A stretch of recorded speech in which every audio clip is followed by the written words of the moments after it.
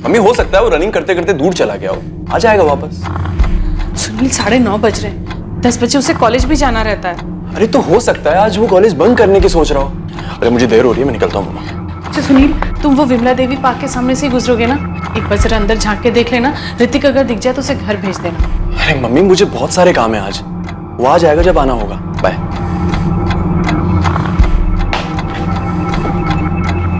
Ma'am साहब, अंडे छील दूं? नहीं अभी नहीं रंजना, ऋतिक को आ जाने दो, उसके बाद।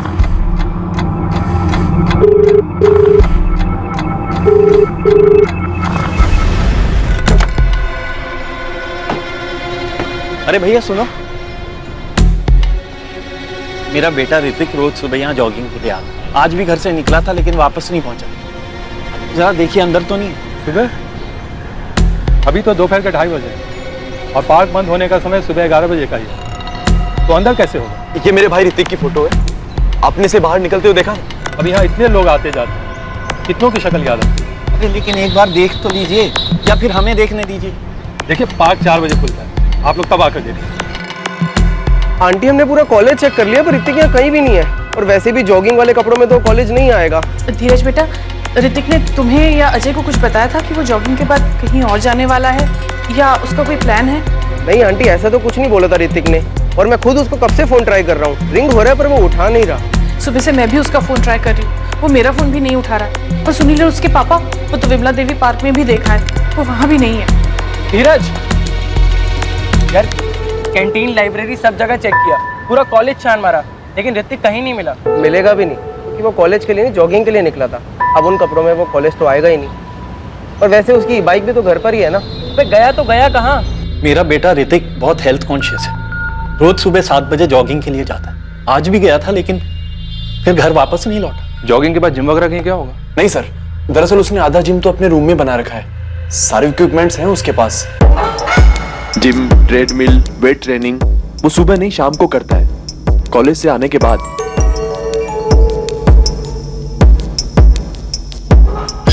आप लोग हमें ऋतिक गुप्ता की फोटो दे दीजिए, और जैसा कि आपने कहा कि ऋतिक बालिग है, 22 साल का है, तो तहकीकात 24 घंटे के बाद ही शुरू हो सकती है। हाँ वो बालिग है मिस्टर चौधरी, लेकिन वो सुबह से घर वापस नहीं आया। और सर इससे पहले ऐसा कभी नहीं हुआ। ठीक है, हम उसकी फोटो आसपास के हॉस्पिटल्स में भेज देंगे, पता करेंगे उसका कोई एक्सीडेंट वगैरह तो नहीं हुआ है, क्योंकि उसका फोन अभी तक चालू है। मिस्टर चौधरी, अगर एक्सीडेंट हुआ होता तो किसी ने तो फोन उठाया होता। डॉक्टर गुप्ता, मैं आपकी बात से सहमत हूँ, लेकिन हमें अपनी तहकीकात कहीं ना कहीं से तो शुरू करनी होगी ना।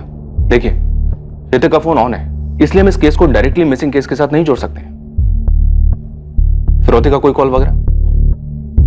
नहीं, अभी तक तो नहीं।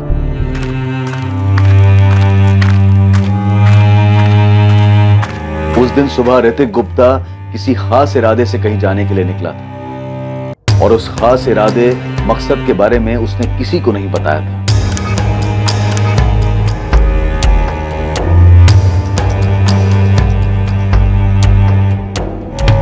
और वहीं दूसरी तरफ 22 साल की तनास कुरैशी हर रोज की तरह कॉलेज के लिए तैयार होकर घर से निकली थी, लेकिन बीच रास्ते में कहीं वो अपना रूप बदलकर एक नया रूप धारण कर लेती।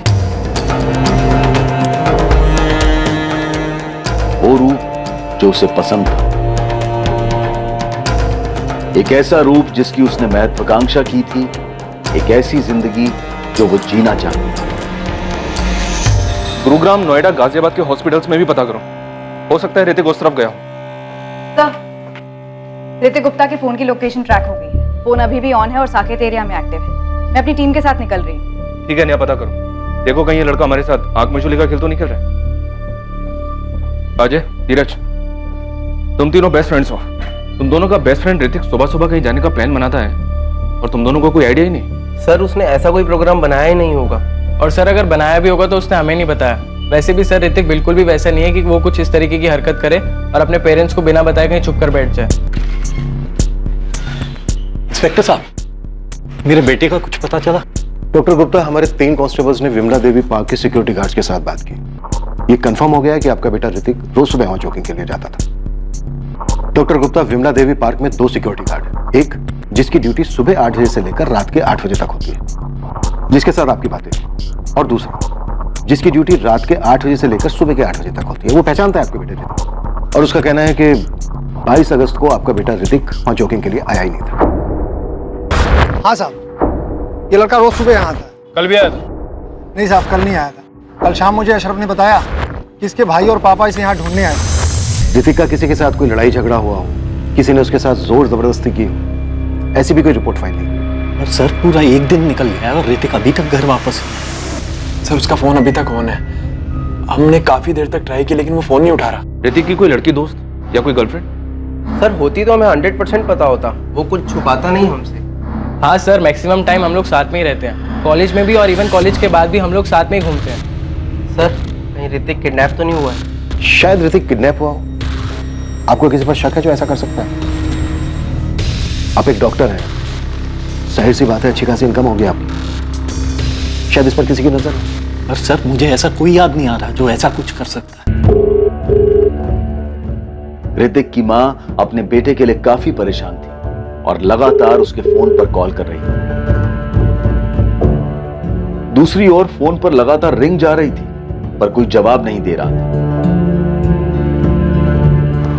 क्या लोकेशन दिखा रहा है अभी? और वहीं दूसरी तरफ ऋतिक के फोन की लोकेशन लगातार बदल रही थी। उसके फोन की लोकेशन दिल्ली के अलग अलग इलाकों पर दिखाई दे रही थी। क्या लोकेशन फिर चेंज हुई है क्या? कभी उसके फोन की लोकेशन चांदनी चौक दिखाई देती तो कभी इंडिया गेट। पुलिस की टीम हर गतिविधि पर लगातार नजर बनाए हुए थी पर उसे पकड़ नहीं पा रही।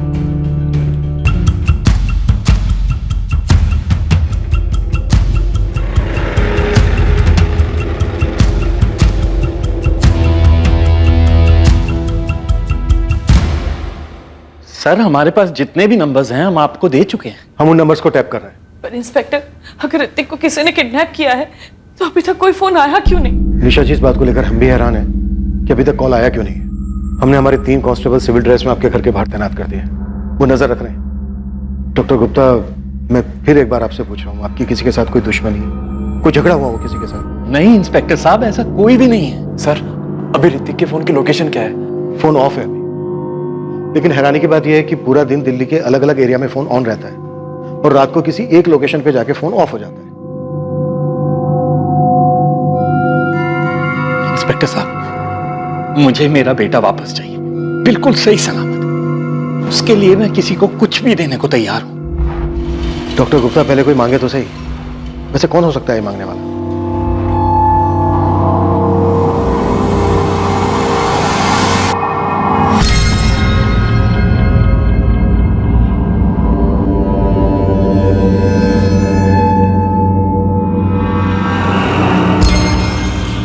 नहीं साहब, मुझे नहीं पता ऋतिक बाबा को कौन उठा सकता है। घर में कभी कोई झगड़ा हुआ था? कभी कुछ सुना था किसी लड़की को लेकर? माँ बाप भाई के बीच किसी तरह का कोई झगड़ा हुआ हो? नहीं साहब, कभी नहीं सुना। तेरा पति क्या काम करता है? दिहाड़ी मजदूर है मैडम, वो नई बिल्डिंग बन रही है ना, वही मजदूरी करता है। ये लिख, उसका नंबर लिख और जिस बिल्डिंग में वो काम करता है उसका एड्रेस लिख। साहब आप मुझ पर शक कर रहे हैं? देखो, सीधा सीधा बता दोगी तो शक नहीं करेंगे। बताओ कहाँ है जाते? साहब मुझे नहीं पता, मैंने ऋतिक बाबा के साथ कुछ नहीं किया है। तूने नहीं किया तो किसने किया? ऋतिक गायब है 3 दिन से, या तो तूने किया या करवाया है। मुझे नहीं मालूम मैडम, मैं यहाँ काम करती हूँ, अपने काम से मतलब रखती हूँ और इस कॉलोनी में और 4 घर में काम करती हूँ कई साल से। गुप्ता साहब के यहाँ तो मैं 1 साल से काम कर रही हूँ, चाहे तो आप उनसे पूछ सकते हैं। 1 साल से? तुझसे पहले वहां कौन काम करता था? अच्छा, क्या कोई ऐसी वजह थी कि ऋतिक इस घर को हम लोगों को छोड़कर चला जाए? क्यों जाएगा वो? और अगर ऐसी कोई बात होती तो वो हमें बताता ना। पापा, मैंने ऋतिक का अकाउंट चेक किया है, उसने अकाउंट से अभी तक एक बार भी पैसे नहीं निकाले। जॉगिंग पे जाते हुए वो अपना वॉलेट कभी साथ में लेके नहीं जाता। वॉलेट भी घर पे है तो चला कहां गया ये लड़का? Uncle, aunty. अजय, धीरज, कुछ पता चला ऋतिक का? हाँ? नहीं आंटी, हमने कॉलेज के सारे फ्रेंड से पूछा पर किसी को कुछ पता ही नहीं है। धीरज, अजय, बेटा एक बात सच सच बताना, क्या ऋतिक की कोई गर्लफ्रेंड है? अंकल अगर होती तो हम लोग आपको जरूर बताते, हाँ, और अगर ऐसा कुछ होता तो वो आपको खुद ही बता देता। कॉलेज में किसी के साथ कोई झगड़ा हुआ था उसका? भैया ऐसा तो उसका कोई झगड़ा नहीं हुआ।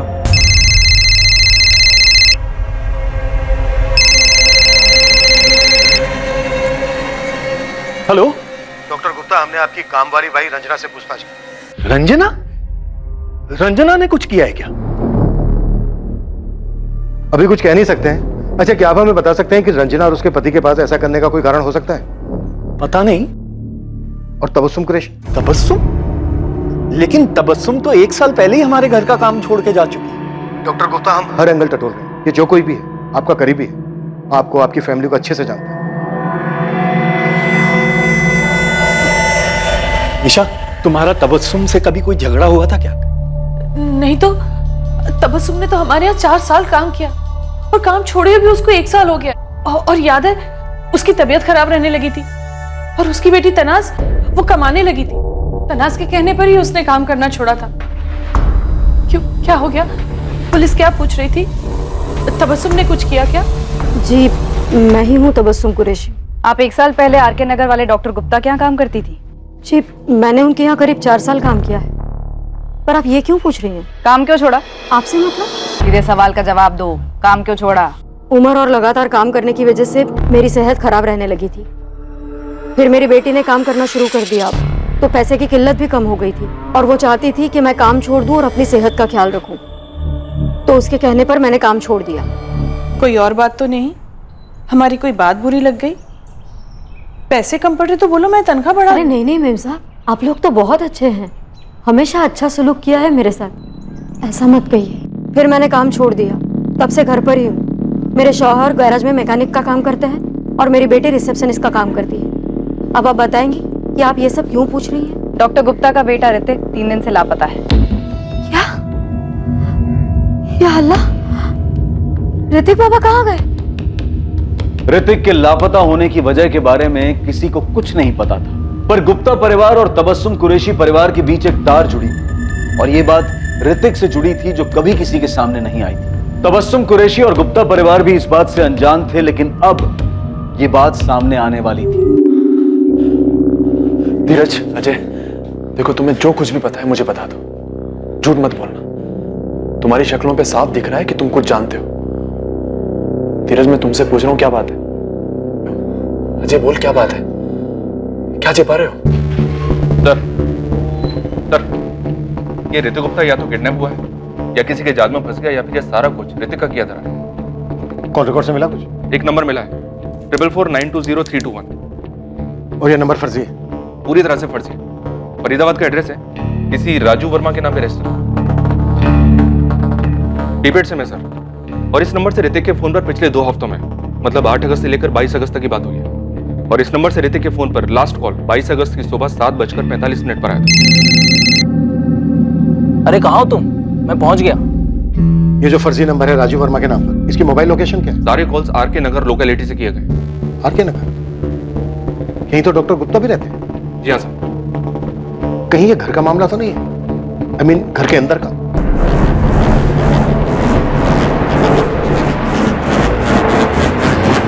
ये जॉगिंग पर जाने वाली बात झूठ।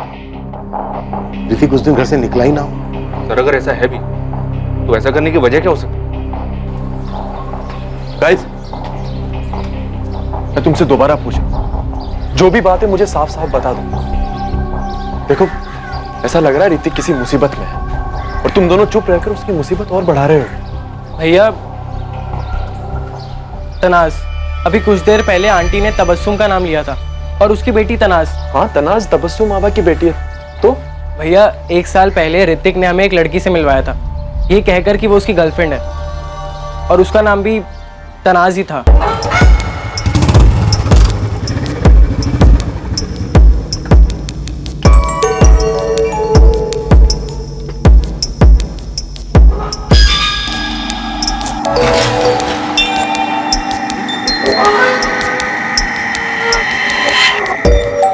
हिल गाइस, इतना आंखें फाड़ फाड़ के क्या देख रहे हो तुम दोनों? हाँ, मीट माय गर्लफ्रेंड तनाज।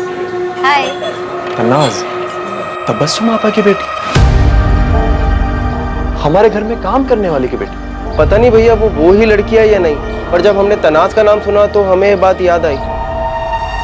धीरज और अजय ने ये पुलिस को बताया?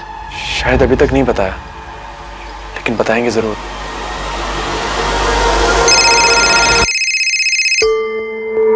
Hello, Tanaz Qureshi. Yes speaking, how may I help you?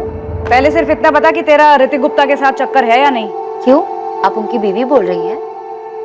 R K police station से एएसआई नेहा बोल रही हूँ। तो पहले इंट्रोडक्शन देने में क्या प्रॉब्लम थी? ज्यादा स्मार्ट मत बन। मुझे मालूम है ऋतिक गुप्ता गायब है 4 दिन से। नहीं तो कैसे गायब हो गया? कहाँ चला गया? सुन, तूने सुनील भैया की शक्ल देखी थी जब हमने तनाज का नाम लिया था? हाँ यार, मुझे तो लगता है उन्हें पहले से ही पता था, और वो तनाज यही वाली तनाज है। पर यार मुझे एक बात समझ नहीं आई कि ऋतिक ने कभी बताया नहीं कि उसकी गर्लफ्रेंड काम वाली की बेटी है। अब आगे एक अजीबोगरीब प्रेम कहानी, लव अफेयर सबके सामने आने वाला था, और ऋतिक के गायब होने की जड़ इसी प्रेम कहानी में मिलने वाली थी। ऋतिक गायब हुआ है, मुझे तो अभी आपसे पता चला है। ओ, अच्छा, वैसे सवाल हमारा ये था कि तुम्हारे और ऋतिक के बीच चल क्या रहा था? और झूठ बोलने की कोई जरूरत नहीं है। अजय और धीरज ने तुम्हारा नाम लिया है, तुम्हारा फोटो भी पहचाना है, ये भी बताया कि ऋतिक ने तुम्हें अपनी गर्लफ्रेंड कहकर उनसे इंट्रोड्यूस कराया था। तो इसमें झूठ क्यों बोलूंगी? बिल्कुल सच कहा उन्होंने। कैसे फंसाया तुमने ऋतिक को? Mind your language inspector. Just because मैं एक काम वाली की बेटी हूँ, लोअर क्लास से, उसका ये मतलब नहीं आप मेरे लिए फास्टर टाइप वर्ड्स यूज करेंगे। और अगर आप ही के लैंग्वेज में जवाब दूं तो मैंने उसे नहीं फंसाया था। तुम्हारा ऋतिक के साथ अफेयर कैसे शुरू हुआ? तुम उसकी गर्लफ्रेंड कैसे बनी? ये लंबे सही है? मैंने कोई जालवाल नहीं बिछाया था। अम्मी की तबीयत खराब थी तो मुझे उनके घर ले गई थी काम के लिए। ये 2 साल पहले की बात है। नमस्ते मैम साहब। मैम साहब, वो मेरी तबीयत ज़रा ख़राब है तो 2-3 दिन तक नहीं आ पाऊंगी। क्या हुआ तबस्सुम? डॉक्टर को दिखाया तुमने? बस जा ही रही हूँ। ये मेरी बेटी है तनाज, 2-3 दिन तक यही काम संभाल लेगी मैम साहब। वो सब ठीक है, तुम जाओ पहले साहब के क्लिनिक से दवाई ले लो। बस अभी जा ही रही हूँ दवाई लेने। ठीक है, अपना ध्यान रखना। आओ बेटा तनाज।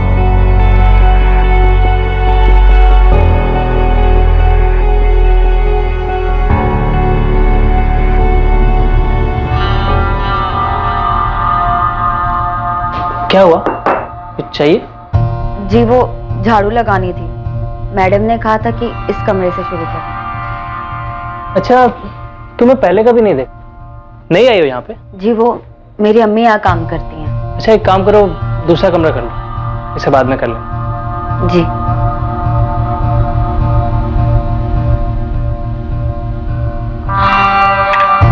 सुनो, तुम्हारा नाम क्या है? तनाज। अच्छा तनाज, एक काम करो, 2 टोस्ट पी ले आओ। जी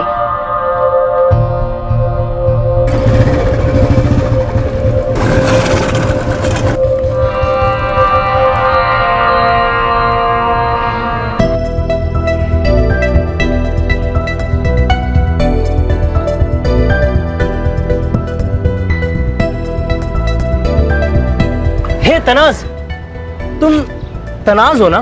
जी। मतलब तुम वही तनाज हो जो मेरे घर पे काम करती है, तबस्सुम आपा की बेटी तनाज। अच्छा, कहाँ जा रही हो? कॉलेज। कॉलेज? जी मैं बीकॉम सेकेंड ईयर में हूँ। गुड यार, तो मैं तुम्हें कॉलेज तक छोड़ दूँ? Oh hi, by the way I am Hrithik. हाय।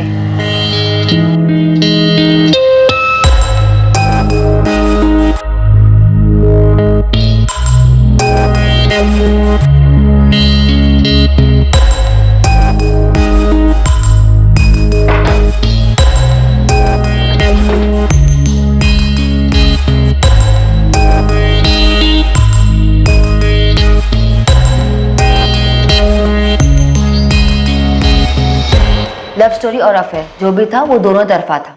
मैंने नहीं, उसने सामने से अपना हाथ बढ़ाया था, मैंने हाथ पकड़ लिया। ये तेरे दोनों रूप, धूप छांव, ये क्या है? ये स्टेटस मेंटेन कैसे करती हो? चोरी डकैती नहीं करती, मुझे पता है मैं खूबसूरत हूँ। मेरे कॉलेज में काफी लड़के मुझे पसंद करते हैं, उनमें से कई पैसे वाले भी हैं। वही सारी चीजें मुझे गिफ्ट करते हैं और मुझे ऐसे ही रहना पसंद है। तो ये ऋतिक भी तेरे लिए गिफ्ट देने वाला बकरा रहा होगा, है ना? देखिए आप प्लीज समीर से बात कीजिए। ऋतिक मुझसे प्यार करता था, मैंने ऋतिक को कभी बकरा नहीं माना था। हम एक रिलेशनशिप में थे, काफी बार फिजिकल भी हुए, बहुत अच्छा टाइम स्पेंड किया हमने साथ में, लेकिन मैंने अपना रोना उसके सामने कभी नहीं रोया। 6 महीने पहले हमें ये समझ आ गया कि हमारे रिलेशनशिप का कोई फ्यूचर नहीं है। वो एक अमीर घर का लड़का और मैं एक गरीब घर की लड़की। इसकी अपनी खुद की जिम्मेदारियां है, अम्मी अब्बू का सहारा बना उनकी जिंदगी बनानी है, और मेरा ऋतिक के गायब होने से कोई वास्ता नहीं है। 6 महीने पहले हम अलग हो चुके, कोई कॉन्टैक्ट नहीं। क्या मैं जा सकती हूँ? हाँ जा सकते हो, लेकिन सिर्फ यहाँ से, शहर छोड़कर नहीं। ऐसा तो मेरा खुद का कोई इरादा नहीं है, पर मैं दुआ करूंगी कि ऋतिक आप लोगों को जल्दी मिल जाए। लड़की बहुत तेज है, काफी स्मार्ट है सर, बहुत पहुंची हुई चीज लगती है। लेकिन इसने कुछ छुपाया नहीं, एक बार भी नहीं कहा कि ऐसा कुछ नहीं था, लव अफेयर है, जो भी कुछ था साफ साफ बता दिया सब कुछ। छुपाने का कोई फायदा नहीं था ना सर, उसे पता चल चुका था कि अजय और धीरज हमें सब कुछ बता चुके हैं। क्या लगता है तुम्हें, ये ऋतिक को गायब कर सकती है?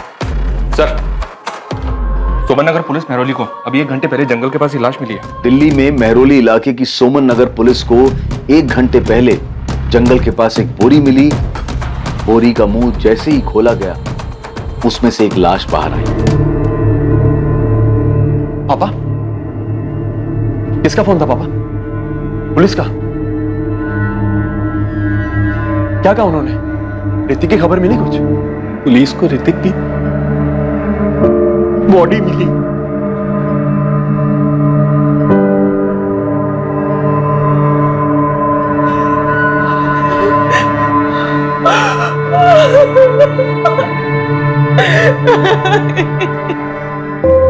जैसे प्लान हुआ था सब वैसे ही हुआ है।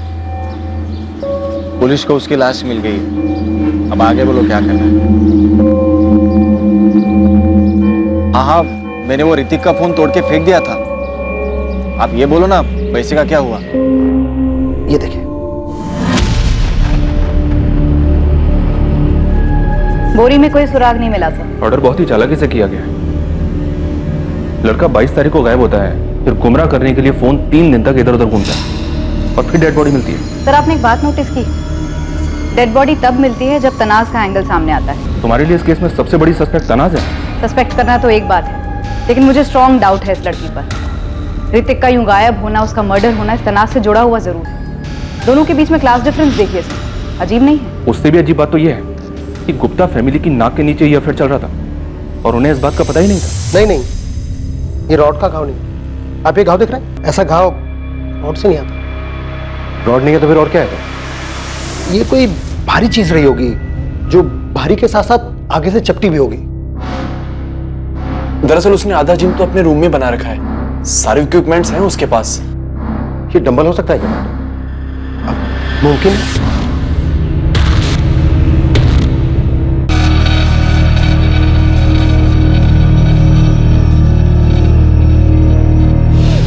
हमें जहां तलाश करना चाहिए था वहां हमने ढूंढा ही नहीं। ये सब कुछ डॉक्टर गुप्ता के घर में हुआ। तुम सही कहनी थी ने, ऋतिक का गायब होना, उसके बाद उसका मर्डर, ये सब ऋतिक और तनाज के रिश्ते से ही जुड़ा है। तनाज ने हमें पूरा सच नहीं बताया। नेहा, तुम तनाज से बात करो, हम डॉक्टर गुप्ता के घर जाते हैं।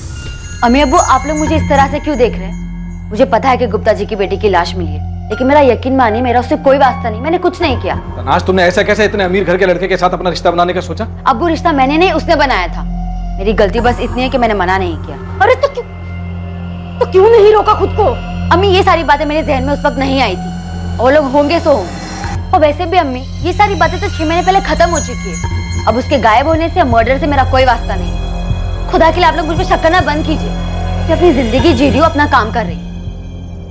तनाज, आप इतने दिनों तक मेरे बेटे को ढूंढ नहीं पाए, उसका मर्डर हो गया, और अब आप मुझे से कह रहे हैं कि आपको मेरे ही घर की तलाशी लेनी है? पूरी दुनिया को छोड़कर आपको बस हम ही पर शक है। हाँ, तो तुम्ही ने कहा था ना कि ऋतिक जिम नहीं जाता था, घर में ही वर्कआउट करता था।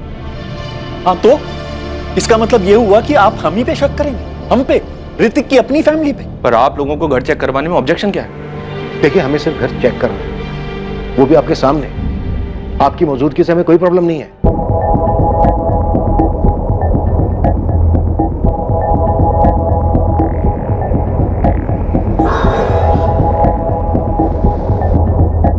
ऋतिक के सिर के पीछे जो घाव मिला है पोस्टमार्टम रिपोर्ट में, पुलिस का मानना है कि वो डंबल से मारा है।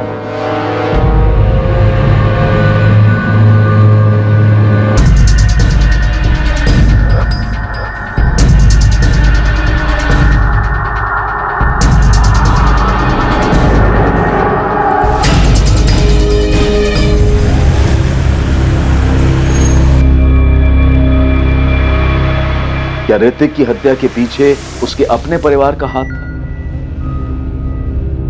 और क्या इसकी वजह तनाज और ऋतिक का रिश्ता था? अब सिर्फ सच बताओ।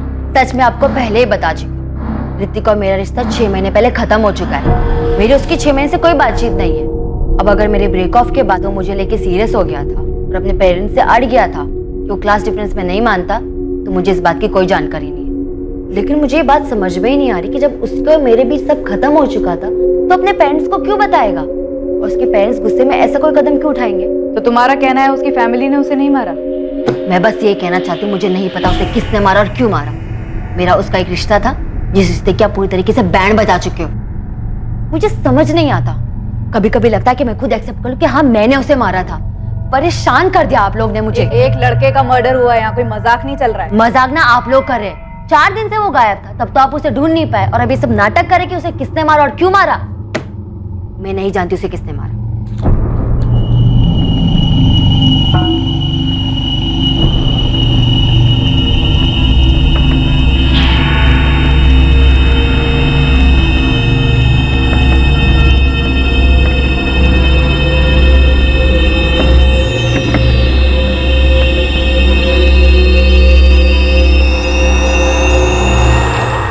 कुछ मिला? कैसे मिलता? सब कुछ आप लोगों ने साफ जो कर दिया। मेरे भाई का मर्डर हुआ है। मर्डर करने वालों को पकड़ने की बजाय आप लोग हम ही पर इल्जाम लगा रहे हैं। डॉक्टर गुप्ता, तनाज और ऋतिक के अफेयर के बारे में आपको कब पता चला? अभी जब धीरज और अजय ने हमें बताया। लेकिन आप लोग जो ये कहानी बना रहे हो ना कि हमें उनके अफेयर के बारे में पहले से पता था और नाराज होकर हमने उसे मार दिया, ये एकदम बकवास है, क्योंकि ऐसा कुछ भी नहीं हुआ। आप लोग प्लीज शांति से हमें हमारे बेटे का शोक मनाने दीजिए।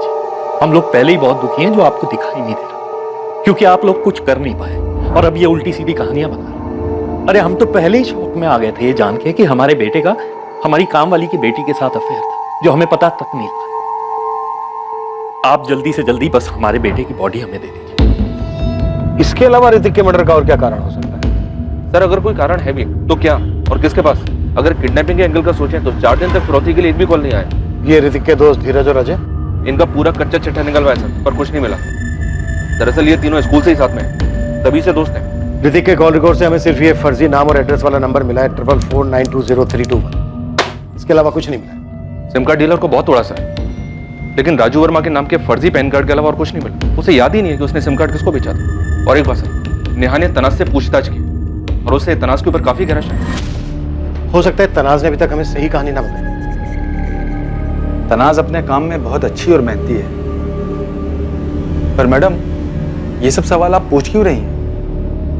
और आप लोग बार बार तनाज को पुलिस स्टेशन क्यों बुलाती हैं? ऋतिक गुप्ता मर्डर केस के बारे में पढ़ा होगा आपने। उसी मर्डर केस के सिलसिले में उसे पूछताछ के लिए बुलाते हैं। लेकिन जब मैंने उससे पूछा तो उसने मुझे ऐसा तो कुछ बताया ही नहीं। तो मिस्टर ऋषिकांत, अब भी आपका यही कहना है कि तनाज एक बहुत अच्छी लड़की है और हमें उस पर शक नहीं करना चाहिए? मैडम, अब तो आप उल्टा मुझे ही डरा रही हैं। पर जब मैंने उसका बायोडाटा देखा था तो उसमें मुझे ऐसा कुछ भी नहीं लगा। और उसे यहाँ पर 15 दिन हो गए ज्वाइन किए हुए। वो अपना काम बहुत अच्छे से कर रही है। उसे आपके यहाँ काम करते हुए सिर्फ 15 दिन हुए? जी मैडम। 31 जुलाई को उसने अपनी पहली नौकरी छोड़ी थी, फिर 7 अगस्त को उसने यहाँ पर हमारे ऑफिस में इंटरव्यू दिया और 12 को ज्वाइन कर ली। इससे पहले वो कहाँ काम करती थी? कोई जिम था। जिम? हाँ, AM जिम्नेजियम नाम का कोई जिम था। आप तनाज का बायोडाटा भिजवा सकते हैं? तनाज को बिना बताए? जी हाँ, भेज देता हूँ।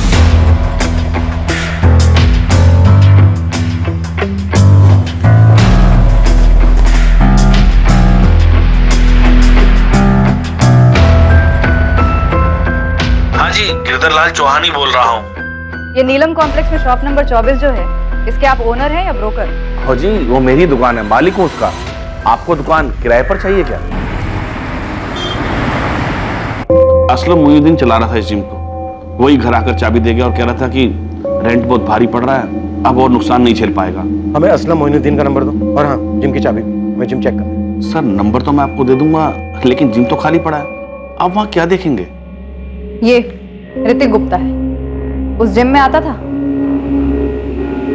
ये तो वही लड़का है जिसकी कल अखबार में फोटो छपी थी। और ये इस लड़की से मिलने आता था जिम में। ये तो जिम की रिसेप्शनिस्ट है सर, मगर मैं इस लड़के को नहीं जानता सर, मैं तो वहां सिर्फ किराया लेने जाता था। बाकी ये लड़का अगर जिम में आता भी है तो मुझे इसके बारे में कोई जानकारी नहीं है। जी मैं असलम ही बोल रहा हूँ। एएम जिम मेरा ही था, मैं ही चलाता था। असलम आर के नगर पुलिस स्टेशन आ जाओ, कुछ बात करनी है। जी जान सकता हूँ किस सिलसिले में? अरे घबराओ मत, आ जाओ, बात करनी है। ओके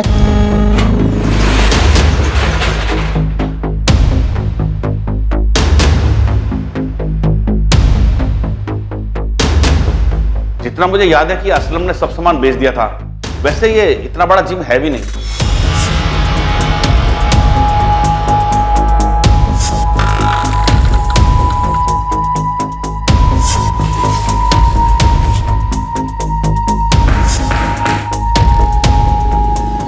सर, मैडम, आप ये तो बताओ कि आप ढूंढ क्या रहे हो?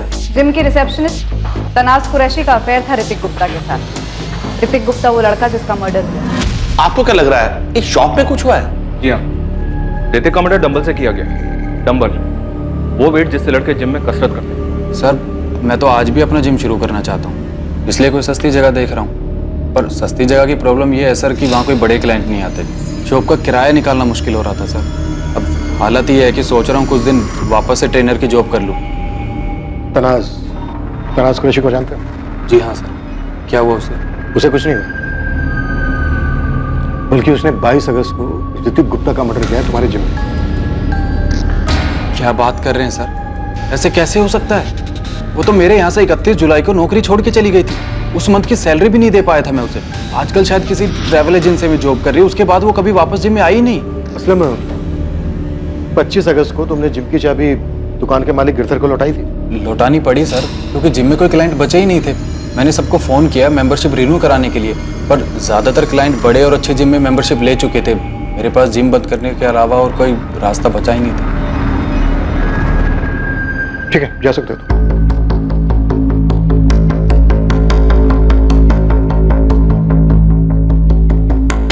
सर जिम पूरा खाली कर दिया और यहाँ ऐसा कुछ मिला भी नहीं जिससे अंदेशा हो कि यहाँ कोई मर्डर हुआ है।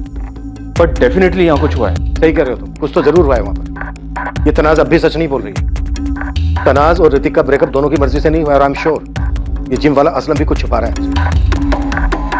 पुलिस असलम पर भी नजर रखे हुए थी ताकि उसके और तनाज के बीच कोई कड़ी मिल सके जिसकी वजह से वो ऋतिक की हत्या करने में शामिल थी। पुलिस को अभी तक कोई बड़ी लीड नहीं मिली थी और सबसे बड़ा सवाल यह था कि ऋतिक का फोन किसके पास था जो उसे पूरे शहर में लेकर घूम रहा था, और वो फोन नंबर किसका था जिससे उसको आखिरी कॉल आया था। आखिर पुलिस को वो ब्रेक मिल ही गया।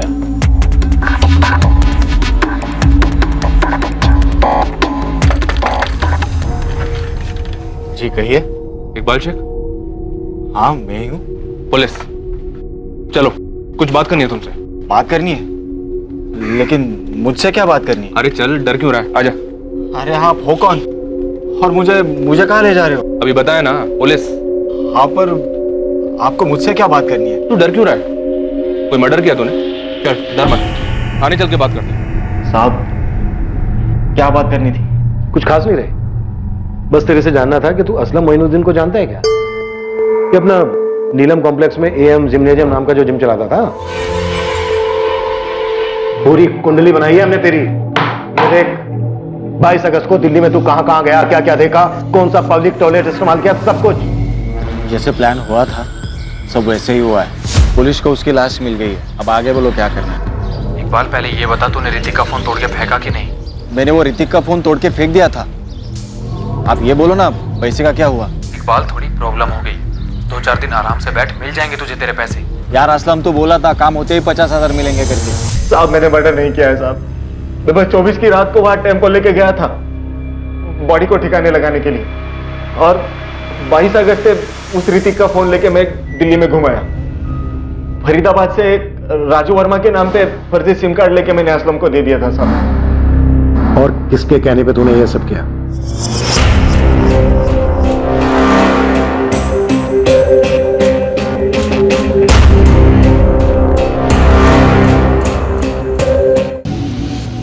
बहुत ही बारीकी से जांच करने के बाद पुलिस की इन्वेस्टिगेटिंग टीम इकबाल शेख तक पहुंच गई। असलम के कॉल रिकॉर्ड से उन्हें इकबाल का नंबर मिला था जब इकबाल ने 25 अगस्त को असलम को उसके मोबाइल पर फोन किया था। सिर्फ 25 अगस्त ही नहीं, उसके बाद भी इकबाल और असलम में पैसों को लेकर बात होती रही थी। और अब असलम मोइनुद्दीन इस पूरी प्लानिंग का खुलासा करने वाला था और बेहद चौंका देने वाला सच सामने आने वाला था।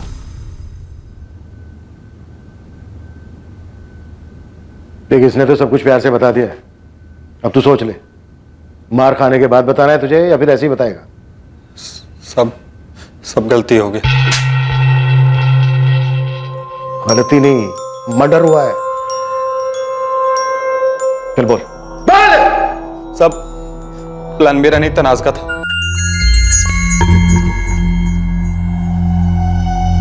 मैं तुझे पहले दिन देखते ही समझ गई थी कि तू बहुत पहुंची हुई चीज है। सही पहचाना था आपने। क्यों मारा ऋतिक को? इसलिए कि उसने चाय में से मक्खी की तरह निकाल कर फेंक दिया तुझे? मेरी जूती भी ना फेंक सके कोई। मैंने उसे छोड़ा था, उसने मुझे नहीं। उसकी तो हालत खराब हो गई थी जब मैंने कहा था कि ब्रेकअप कर देते। मैं असलम साथ में काम करते थे, मुझे असलम पसंद आ गया था। तो फिर मारा क्यों ऋतिक को? इकबाल ने सब बता दिया हमें, कैसे इसने सिम कार्ड लाकर दिया था तुम लोगों को। नए नंबर से फंसाया था ना? क्यों? कैसे हो आप कौन? क्या ऋतिक, तनाज इतनी भी आसानी से भूलने वाली चीज नहीं है। हे तनाज, कैसी है तू? एकदम मस्त, मजे में। तूने नंबर चेंज किया क्या? तेरा नाम नहीं है फोन में? हाँ, ये सब छोड़ना, ये बता हम कब मिल रहे?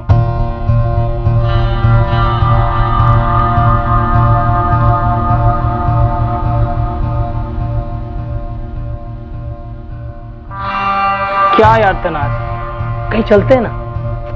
कब तक ये रोज रोज वॉक पे जाते रहेंगे? हाँ यार, मैं भी यही सोच रही थी। तो फिर कल चले? तो कल मॉर्निंग वॉक पे आ, फिर मिलते हैं। वैसे जिम चले जाएंगे, मेरे काम का लास्ट दिन है। और वैसे भी जिम भी खाली होगा, कोई नहीं होगा वहाँ, तो इसी बहाने हमारे भी काम में आ जाएगा। पक्का ना? पक्का। कम हो गया, कल आ रहा है। अरे खाओ तुम, मैं पहुंच गया। क्या बात है, इतनी बेचैनी?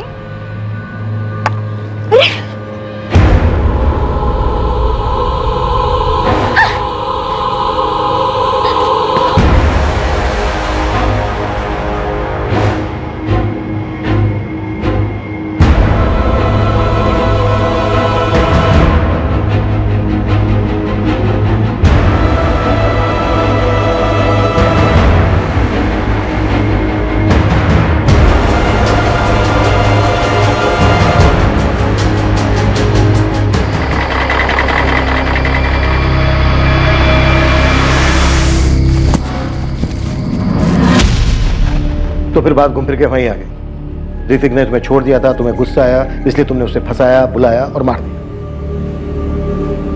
बोलना, मुझसे पूछ रहे, बोल। वो मुझे लात मारे, इतनी उसकी औकात नहीं थी। मैं आप लोग से पहले भी कह चुकी हूँ, मैंने उसे छोड़ा था, उसने मुझे नहीं। अरे एक बार छोड़ दिया था तो दोबारा क्यों फंसाया? मारा क्यों उसे? अमीर मुर्गों को फंसाने की आदत है ना तेरी।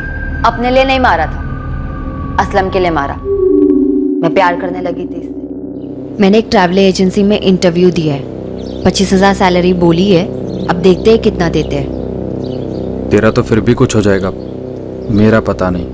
क्या क्या ख्वाब देखे थे सब अधूरे रह जाएंगे। देख तू टेंशन मत ले, तेरा भी जिम फिर से शुरू हो जाएगा। अरे पैसे चाहिए यार, कब तक ऐसे ट्रेनर की जॉब करके पैसे जोड़ पाऊंगा? एक मोटा तगड़ा अमाउंट चाहिए, 15-20 लाख रुपए। तो लाते हैं 15-20 लाख। 15-20 लाख कहाँ से लाएंगे? ये सीधी तरकीब से एक झटके में तो आने से रहे। किसको किडनैप कर ले? किडनैप किसको करेंगे? देख मेरे पास एक बकरा है, मेरे पीछे लट्टू था। कुछ महीने पहले मैंने ब्रेकअप कर दिया, बहुत हल्ला मचाया था उसने। कौन वो ऋतिक गुप्ता? हाँ भाई, बाप डॉक्टर है, बड़ा सा क्लिनिक है, बहुत पैसा है उनके पास। 15-20 लाख तो हाथ की मैल है उनकी। पर किडनैप करेंगे कैसे? बच्चा थोड़ी है वो। उसकी टेंशन मत ले, मैं उसे जब जहाँ बुलाऊंगी अपने आप आ जाए। चल मान ले वो आ गया, फिर क्या करेंगे? किडनैप करके पैसे मांगेंगे, उसके बाद जैसे ही उसे छोड़ेंगे सीधा पुलिस के पास जाएगा। वो जानता है तुझे। छोड़ेंगे क्यों, मार देंगे। तो तुम लोगों ने बस ऐसे ही बैठे बैठे प्लान बना लिया उसे फंसा के मारने का? मारते नहीं तो क्या करते, वो पहचानता था मुझे। फिरौती भी मांगी थी तुम लोगों ने? नहीं, वहीं प्लान गड़बड़ा गया। पैसे मांगते उससे पहले ही आप लोग तनाज तक पहुंच गए थे। असलम, क्या पूछा पुलिस ने? उनके कुछ पूछने से पहले ही मैंने अफेयर और ब्रेकअप वाली बात बता दी। यार तनाज, ये पुलिस पहले ही तुम तक पहुंच गई। असलम, अब हम फिरौती नहीं मांग सकते, उन्हें मुझ पर पहले से ही शक। ये तो बेमतलब लेने के देने पड़ गए ना। ये सब ना उस ऋतिक के बेवकूफ दोस्त अजय और धीरज की वजह से हुआ। गलत टाइम पर पहुंच गए और मेरा नाम सुनते ही सब बक दिए, वरना ऋतिक की फैमिली को हमारे बारे में कुछ पता कहा था। तो तुम लोगों ने पैसों के लिए यूं ही बैठे बैठे ख्याली पुलाव पकाया, ऋतिक को फंसाया, बुलाया और मार दिया। तनाज के माँ बाप को सच जानकर गहरा सदमा लगा था कि जिस बेटी को पैरों पर खड़ा करने के लिए उन्होंने सारी जिंदगी मेहनत की थी वो क्रिमिनल बन चुकी थी। उसी घर के बेटे का खून करके जहां उसकी मां ने 4 साल मेहनत करके उसके लिए अच्छी जिंदगी कमानी चाहिए। ऋतिक की फैमिली ये मान ही नहीं पा रही थी कि उनकी पीठ पीछे ऋतिक और तनाज का अफेयर चल रहा था। यहां तक कि दूसरी बार भी उनकी जानकारी के बिना यह अफेयर फिर से शुरू हुआ, जिसके माध्यम से तनाज ने ऋतिक को अपने जाल में फंसाया और अंत में वही उसकी दर्दनाक मौत का कारण बना। असलम मोइनुद्दीन, इकबाल शेख और तनाज कुरैशी को ऋतिक गुप्ता की हत्या करने के जुर्म में बुक किया गया है। ये बात सिर्फ चौंकाने वाली नहीं थी, बल्कि अविश्वसनीय थी कि तनाज कुरैशी को अपने किए पर जरा भी अफसोस नहीं था। यहां तक कि उसे इस भयानक हत्या को अंजाम देने में कुछ भी आपराधिक, कुछ भी गलत नहीं लगा था। अपना मतलब, अपना स्वार्थ एक तरफ है, पर इसके बावजूद कोई अपराधी ये क्यों नहीं देख पाता है कि जुर्म करके किसी और की जिंदगी बर्बाद करते समय वो बेमतलब ही अपनी जिंदगी भी दांव पर लगा रहा है। देखते हैं हमारे आज के एपिसोड की दूसरी कहानी।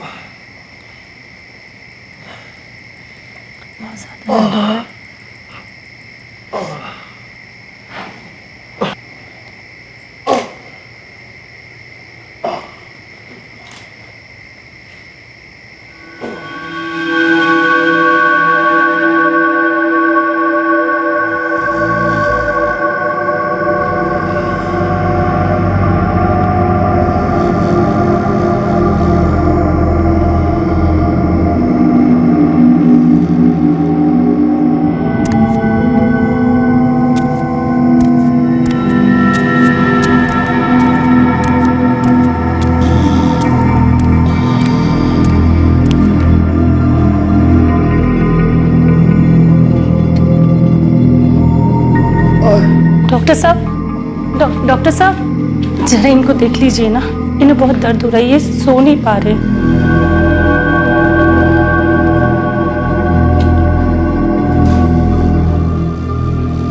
आप एक काम कीजिए, नर्स स्टेशन पे जाके दवाइयाँ ले आइए। ठीक है, मैं जल्दी ले आती हूँ।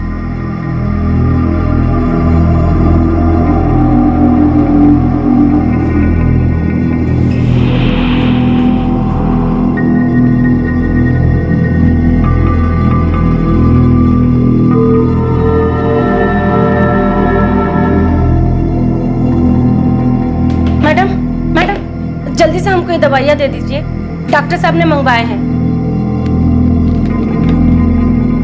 अक्कड़ बक्कड़, ये कौन सी दवाई है? हमें नहीं पता, डॉक्टर साहब ने लिख के दिया है। कौन से डॉक्टर? वो जो वार्ड में है ना डॉक्टर साहब, उन्होंने ही लिख के दिया है। डॉक्टर आप अभी राउंड पे गए थे, मैंने आपको जाते हुए नहीं देखा। मैं तो यही हूँ, अभी राउंड का टाइम नहीं हुआ है। पर वो दूसरे डॉक्टर साहब तो राउंड पे है, वार्ड नंबर 9 में। आज की नाइट शिफ्ट में मैं अकेला हूँ, कोई दूसरा डॉक्टर है ही नहीं।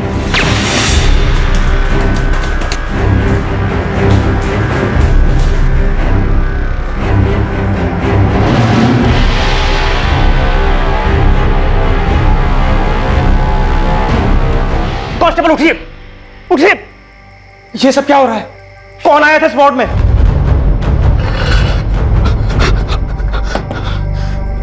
कौन आया था? ये सब कैसे हुआ? क्या हुआ? सर मैं जल्दी से हूटर बजा के आती हूँ, शायद कातिल अभी भी हॉस्पिटल में ही हो। 6 वार्ड नंबर 9 को गोली मारी गई है। शूटर डॉक्टर के लिबास में हॉस्टल के अंदर घुसा था। हॉस्पिटल के सभी गेट बंद कर दिए गए हैं और अंदर सिक्योरिटी गार्ड हर तरफ उसे ढूंढ रहे हैं। लेकिन उदय चौहान मर चुका है सर, उसे पॉइंट ब्लैंक रेंज से गोली मारी गई है। मैं पुलिस को और उसकी पत्नी को इन्फॉर्म कर रहा हूँ। हॉस्पिटल के सिक्योरिटी गार्ड्स और ड्यूटी पर तैनात कांस्टेबल्स इस शूटिंग के दौरान सोते हुए पाए गए। इस मामले ने पूरे प्रशासन पर एक क्वेश्चन मार्क लगा दिया था। आखिर चूक कहां हुई थी और उदय चौहान की हत्या के पीछे का मकसद क्या था? जल्द से जल्द इन दोनों सवालों के जवाब ढूंढे जाने बहुत जरूरी थे। आपने देखा नहीं कि इस पर्ची पर अक्कड़ बक्कड़ लिखा हुआ है? मैडम पर्ची पर ध्यान ही नहीं गया। मेरे पति बहुत तकलीफ में थे, वो सो भी नहीं पा रहे थे। उस आदमी ने जो लिख कर दिया, मैं तुरंत लेकर नर्स के पास भागी। मैडम मैं जानती थी कि रेसिडेंट डॉक्टर शरद पुजारी अपने कैबिन में है, क्योंकि जब वो राउंड पे होता है मुझे पता होता है। ये ड्यूटी कर रहे थे तुम लोग, बिस्तर घोड़े बेचकर सो के? 4 दिन से लगातार हम लोग डे नाइट की ड्यूटी कर रहे थे सर, गलती से आंख लग गई सर। सर एक साथ 4 अंडर ट्रायल का इलाज चल रहा था। 4 अंडर ट्रायल्स का इलाज चल रहा है और तुम लोग सफाइयां दे रहे हो कि झपकी आ गई। एक बंदा गन में साइलेंसर लगा के सबके सामने उदय को गोली मारकर चला जाता है और तुम लोग सोते रह जाते हो। अरे अगर आंख खुली होती तो उदय बच जाता। इतने लापरवाह कैसे हो सकते हो तुम? ड्यूटी पे वर्दी में सो रहे हो। सर आइए, सिक्योरिटी चीफ महेंद्र गुप्ता जी, आपके पास कितने एक्सक्यूजेस? Sorry sir.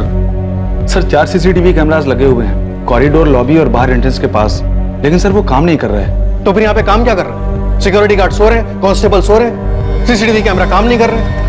सिक्योरिटी के नाम पे मजाक लगा के रखा आप लोगों ने। एक सीसीटीवी कैमरा बाहर एंट्रेंस के पास काम कर रहा है सर, उसमें वो आदमी दिखाई भी दे रहा है। तो फिर जाइए उसका फुटेज लेकर आइए, या अर्जी दूं तब लेकर आएंगे? सर ये लालू कुमार बेड नंबर 9 पे था, इसका मलेरिया का इलाज चल रहा है। वो किशन मिश्रा बेड नंबर 10 पे था, उसका पैर टूटा हुआ है। और तुम सो रहे थे? सर मैं उठ गया था जैसे आवाज हुई। एक बंदा वार्ड में घुसा, विक्टिम पर गोलियां चलाई और चला गया, तुम्हें पता नहीं चला?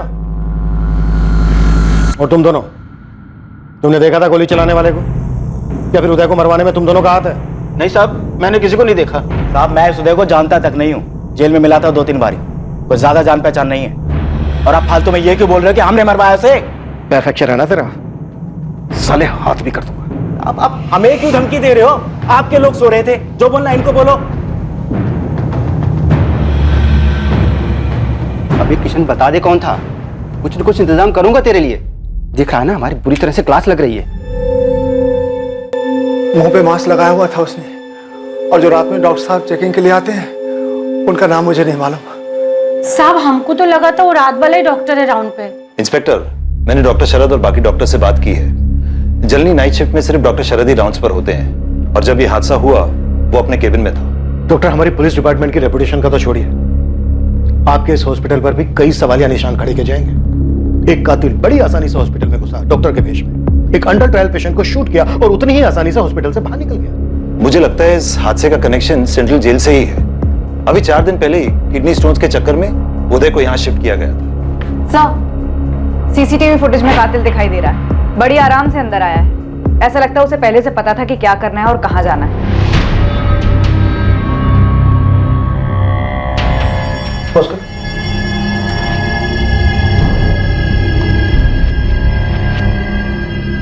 ये हमारे हॉस्पिटल के डॉक्टर्स में से कोई भी नहीं है। हम इस तरह का कैप, कोट और मास्क पहनकर कभी नहीं आते। इसे देखकर तो लग रहा है कि ये सिर्फ कत्ल करने के लिए ही अंदर आया था। पूरे हॉस्पिटल में सिर्फ यही एक कैमरा जो काम कर रहा है?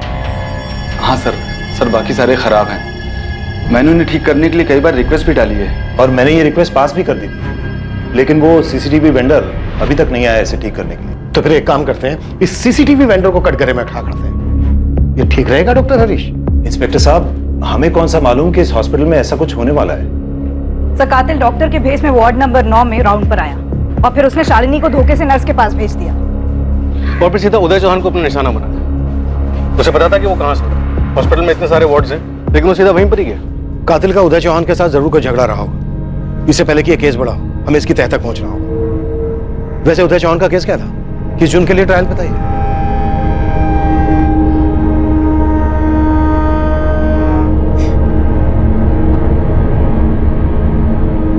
उदय चौहान एक मर्डर केस में ट्रायल पर था और ये मर्डर केस 2 साल पहले का है।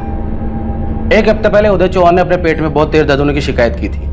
इनफैक्ट वो दर्द की वजह से जेल में बेहोश हो गया था। हमने उसी दिन 5 जून को उसे हॉस्पिटल में एडमिट करवाया और उसके अगले ही दिन 6 जून को उसका ऑपरेशन किया गया। डॉक्टर हरीश जैन ने उदय चौहान को 1 हफ्ते के लिए अंडर ऑब्जर्वेशन में रखने को कहा था। उसके बाद ही उसे जेल में लाया जाना। दरअसल उदय चौहान अपने साडू यानी कि अपनी पत्नी प्रतिभा चौहान की बहन गायत्री तिवारी के पति केतन तिवारी की हत्या के मामले में ट्रायल पर था।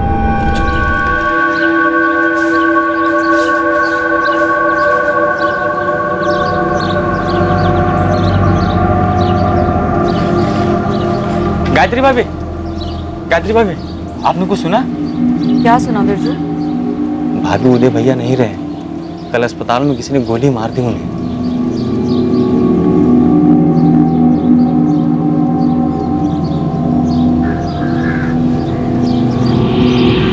मम्मी, उदय मौसा ने पापा को क्यों मारा था?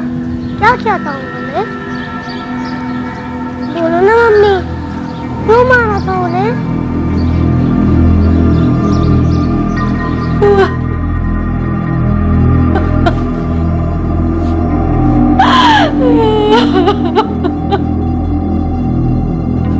मम्मी, किसने मारा पापा को? बोलो ना मम्मी, किसने मारा पापा को? उदय चौहान ने अपनी पत्नी की छोटी बहन के पति की हत्या की थी। जी हाँ, केतन तिवारी की। हाँ। उदय, ये क्या हुआ? आपकी कमीज पर इतना सारा खून कहां से आया? उदय, कुछ तो बोलिए, बताइए ना, ये सब क्या हुआ?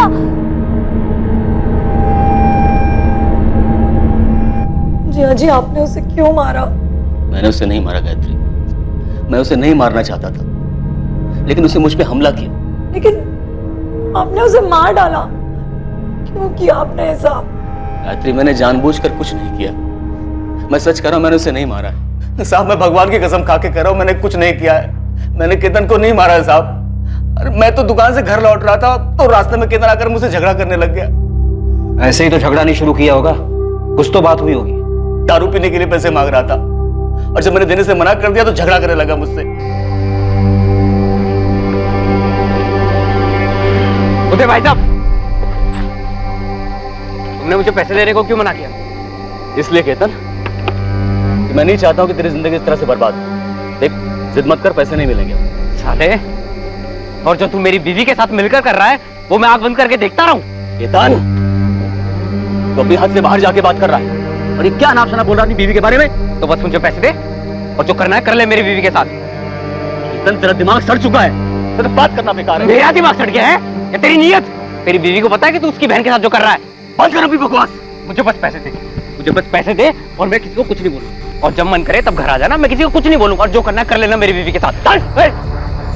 तुझे तो एक फुटी कौड़ी नहीं मिलेगी अब, तो चाहे कर लेना।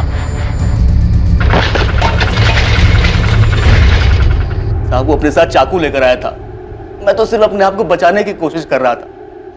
वो केतन है ना, मेरी पत्नी प्रतिभा, उसकी बहन गायत्री जो उसकी पत्नी है, दोनों के बारे में अनाप शनाप बोल रहा था।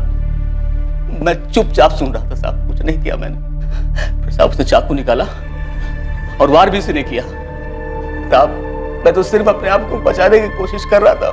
ऐसे बचा रहा था कि उसकी हथेलियां तक काट डाली, उसके एक एक अंदरूनी अंगों के चिथड़े चिथड़े कर दिए तूने। मैं सिर्फ अपने आप को बचाने की कोशिश कर रहा था।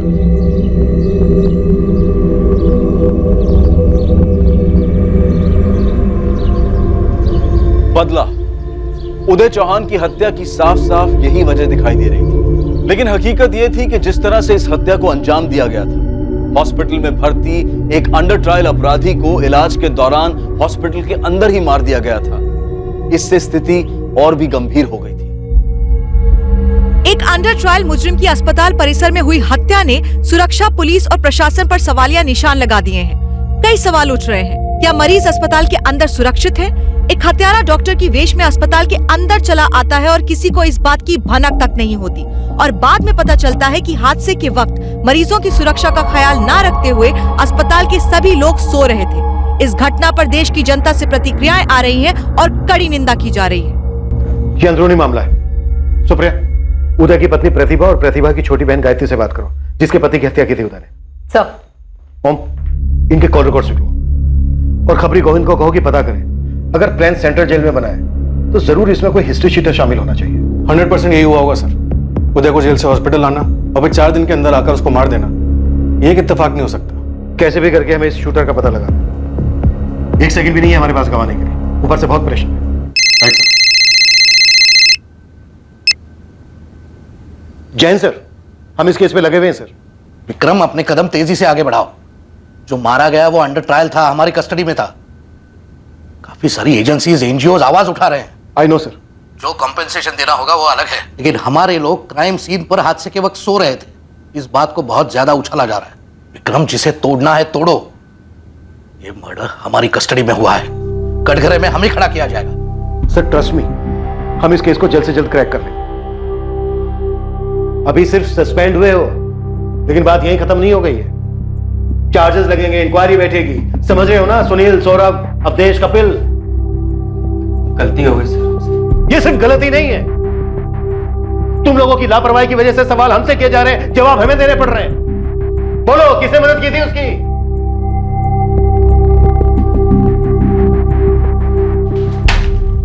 कौन है ये आदमी? ये आदमी गन पे साइलेंसर लगाकर सीधा अंदर आता है, वो भी उस वक्त जब तुम लोग वर्दी में तैनात थे। बोलो, कौन है ये? ये आदमी सीधा हॉस्पिटल में आता है, उदय चौहान को गोली मारकर निकल जाता है। इत्तेफाक नहीं हो सकता ये। इसे पता था कि उदय चौहान कहां पर है। ये बड़े आराम से अंदर आया, अपना काम करके निकल गया। क्यों? क्योंकि तुम लोग अपना काम ठीक से नहीं कर रहे थे। तुम लोगों ने मौका दिया इसे ये सब करने का। क्या तुम्हारी बहन गायत्री जानती थी कि तुम्हारे पति को किडनी स्टोन हुआ है और उसे हॉस्पिटल में भर्ती कराया गया है? मैं और मेरी बहन ज्यादा बात नहीं करते। पिछले 2 सालों में तो मुश्किल से हमारी बात हुई होगी, इसीलिए मैं नहीं जानती कि उसे पता था भी या नहीं। जब तुम्हारे पति हॉस्पिटल में भर्ती थे तो मुझसे मिलने गई होगी। क्या उसने कभी धमकी या किसी खतरे का जिक्र किया? इसे देखो, यह आदमी हॉस्पिटल में सिर्फ तुम्हारे पति को मारने के लिए गया था। पिछले 2 सालों में मैं जब भी उनसे मिली हूँ, उन्होंने सिर्फ हमारे बेटे राहुल के बारे में बात की, उसके बारे में पूछा। मेरे पति को अपने किए पर पछतावा था। प्रतिभा, राहुल की पढ़ाई तो ठीक चल रही है ना? वो स्कूल तो जा रहा है ना?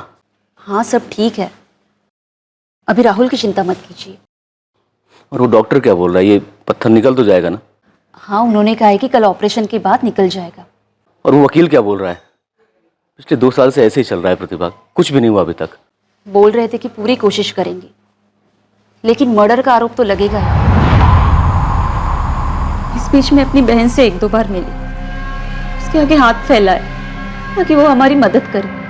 मदद करे तुम्हारे पति को बचाने में? जी मैडम, मेरे पति कोई खूनी नहीं थे, उनसे गलती हुई, लेकिन उन्होंने जानबूझकर कुछ नहीं किया। वो तो बस एक एक्सीडेंट था। भाभी, अगर आपने उदय चौहान के हक में एक शब्द भी और कहा ना, तो मैं उसे चैन की नींद सोने नहीं दूंगा। तुम अच्छी तरह से जानते हो सुशील, तुम्हारा भाई अपने साथ साथ मेरी बहन की जिंदगी भी बर्बाद कर रहा था। अरे केतन भैया के मरने के बाद आप चाहे जो कह लो प्रतिभा जी, पर मरा मेरा भाई है, और पूरा बेनिया गांव जानता है कि आपके पति का यहाँ इस घर में काफी आना लगा रहता था। चुप करो सुशील। अभी अगर आप मुझे चुप करा रही हैं तो इसका ये मतलब है कि आप उदय की तरफदारी कर रही हैं, और अगर आपने कोर्ट में ये कहा कि उसका इरादा भैया को मारने का नहीं था, तो अंजाम अच्छा नहीं होगा। वो तुम्हारे भाई को नहीं मारना चाहते थे, केतन खुद आया था चाकू लेकर। और गायत्री, तुम खुद गई थी ना उनसे मदद मांगने? मदद मांगने गई थी जिया जी से, केतन को मारने को नहीं कहा था उनसे। उदय ने केतन का खून नहीं किया है, वो एक हादसा था, और ये तुम अच्छी तरह जानती। प्रतिभा, साफ साफ बताओ, क्या तुम्हारी बहन उदय से बदला लेना चाहती थी? मुझे मेरी बहन पे तो कोई शक नहीं है, लेकिन वो सुशील, मुझे यकीन है ये सब कुछ उसी ने किया है। मेरे पति तो सिर्फ मेरी बहन की शादी बचाने की कोशिश कर रहे थे, लेकिन वो सुशील, उसी ने मेरे पति को मारा है। सर, जो एक सीसीटीवी काम कर रहा था उसमें कुछ मिला। क्या मिला गुप्ता? सर, मर्डर से 4 दिन पहले 6 और 7 जून को 2 लोग हॉस्पिटल में आते जाते दिखे हैं। सर, सेंट्रल जेल के कांस्टेबल चंदर, जो उस दिन हॉस्पिटल में मौजूद था, उसने हमें बताया कि ये दोनों भी हिस्ट्री शीटर्स हैं और ये दोनों भी उसी सेंट्रल जेल में कैदी थे जहां ये उदय चौहान था।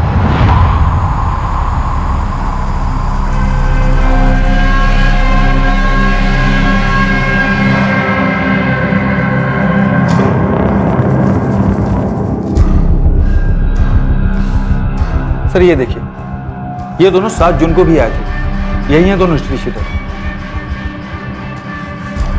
सर, ये दोनों कौशिक गुलाटी और शब्बीर खान हैं। इनको 1 महीने पहले बेल दी। मणिगढ़ सेंट्रल जेल में थे दोनों।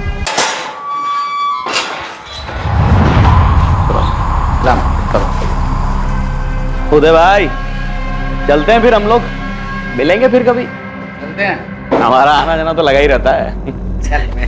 कौशिक गुलाटी और शब्बीर खान हॉस्पिटल में उदय से मिलने आए थे। सर ये तो पता नहीं कि उदय से मिलने आए थे या नहीं, पर ये दोनों बेल पर बाहर हैं और सुपारी उठाते हैं। इनकी लंबी हिस्ट्री है सर, मैं जानता हूँ, प्रोफेशनल है, ये सुपारी उठाते हैं। ये दोनों हॉस्पिटल टारगेट की पोजीशन जानने ही आए होंगे। और हॉस्पिटल के सारे सीसीटीवी कैमरा खराब है, इस बात का अंदाजा था ही नहीं। उस्मान, ये दोनों कौशिक गुलाटी और शब्बीर खान दोनों मुझे किसी भी कीमत पे चाहिए, जिस भी बिल में हो खोद के निकाल। जी sir. Right inspector. Kaushik Gulati और शब्बीर खान दोनों ही मई के महीने में बेल पर बाहर आए थे, 17 मई को। दोनों ही 12 नंबर बैरक में थे, सेल नंबर 3 में, और किशन मिश्रा भी उन्हीं के साथ। किशन मिश्रा? जी। ये भी हॉस्पिटल में एडमिट था, मिल चुका हूं मैं। पैर फ्रैक्चर था इसका, राइट? Right inspector. बाथरूम के पास फिसल जाने से उसके पैर में फ्रैक्चर हो गया था। वो इस वक्त जेल में है? जी इंस्पेक्टर। दरअसल जितने भी लोग अंडर ट्रायल पर थे, जिनका हॉस्पिटल में ट्रीटमेंट चल रहा था, उन सब ने डिस्चार्ज ले लिया। इस शूट आउट के बाद सभी लोग बुरी तरह से घबराए हुए हैं। पता नहीं कब किसके साथ ऐसा हो गया। मैं इस किशन मिश्रा से मिलना चाहूंगा। वैसे भी बहुत अकड़ दिखा रहा था। ये इस प्लान का हिस्सा हो सकता है। इसे पता होगा कि कौशिक गुलाटी और शब्बीर खान के बीच क्या खिचड़ी पक रही। अरे धन का मारना है, जो करना है कर लो। उदय के मरने से मुझे तो चैन की नींद मिल गई। अब चैन की नींद लॉकअप में लेना सुशील तिवारी। मुझे कोई बात नहीं करनी। बात नहीं करनी? क्यों नहीं करनी? उदय तुम्हारे पति के खून के इल्जाम में अंदर था। तुम्हारा क्या चल रहा था उदय के साथ? ओम, ये पक्का इंटरनल मैटर है। एक कहानी थी जो उदय बता रहा था, पर जो बात सामने आई वो कुछ अलग ही थी। हमारे खबरियों ने जो कहानी निकाली वो ये थी कि इस गायत्री के पति केतन ने प्रतिभा पर हाथ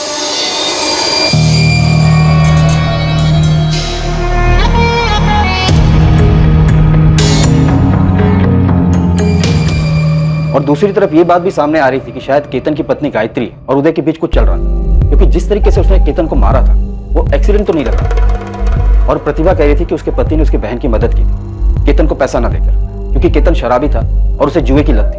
हमने गायत्री से भी पूछताछ की पर वो कुछ बोल ही नहीं रही। ये केतन का भाई सुशील क्या गायत्री पर अपना मुंह बंद रखने के लिए कोई दबाव डाल रहा है? उदय की हत्या के पीछे ये सुशील का भी हाथ हो सकता है। उसके भाई केतन के मर्डर केस की 3 हियरिंग हो चुकी है, लेकिन डेट के चक्कर में केस आगे नहीं बढ़ पा रहा है। कौशिक गुलाटी, शब्बीर खान, दोनों हिस्ट्री शीटर जो शायद उदय के मर्डर में शामिल है। सुपारी तुमने दी थी या सुशील ने? मैंने किसी को कोई सुपारी नहीं दी। मुझे तो पता भी नहीं था कि जीजा जी अस्पताल में थे। तो फिर सुशील ने दी होगी। दी होगी तो मुझे नहीं पता। उदय चौहान के मर्डर की खबर सुनकर तुम्हारे दिल को तो ठंडक मिली होगी कि तुम्हारे पति का हत्यारा मारा गया। हाँ, मैंने ही सुपारी दी थी उन्हें। वो कौन था ये नहीं पता, बट जिसको मरना था वो मरा। और सर अगर आप भूल रहे हो ना तो बता देता हूं कि वो मेरे भाई का हत्यारा था। बेटा ये पुलिस स्टेशन है, अगर हम तमीज सिखाने पर आ गए ना तो सारी अकड़ निकल जाएगी। अरे सर इतने सारे पुलिस वाले थे ना अस्पताल में, सबकी हेकड़ी खूब दिख रही थी, सो रहे थे।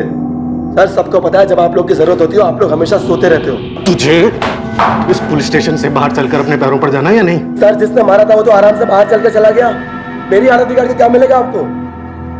और पूरी दुनिया में आप लोग ढिंडोरा पीटेंगे कि उदय चौहान को किसने मारा, उदय चौहान को किसने मारा। जहां हाथ मारना चाहिए वहां नहीं जाएंगे आप लोग। चल तू बता कहां हाथ मारना चाहिए हमें? प्रतिभा, उसकी पत्नी, उसी ने मरवाया है अपने पति।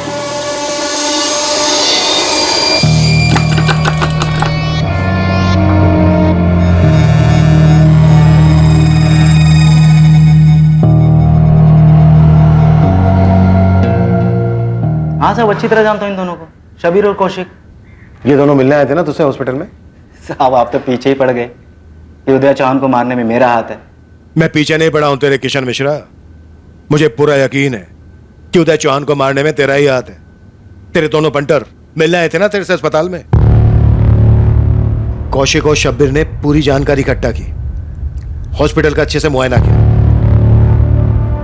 तुझसे मिलने के बहाने यहां आकर उन्होंने उदय चौहान के बारे में सब कुछ पता किया ताकि सही समय पर वापस आकर उसे मार सके।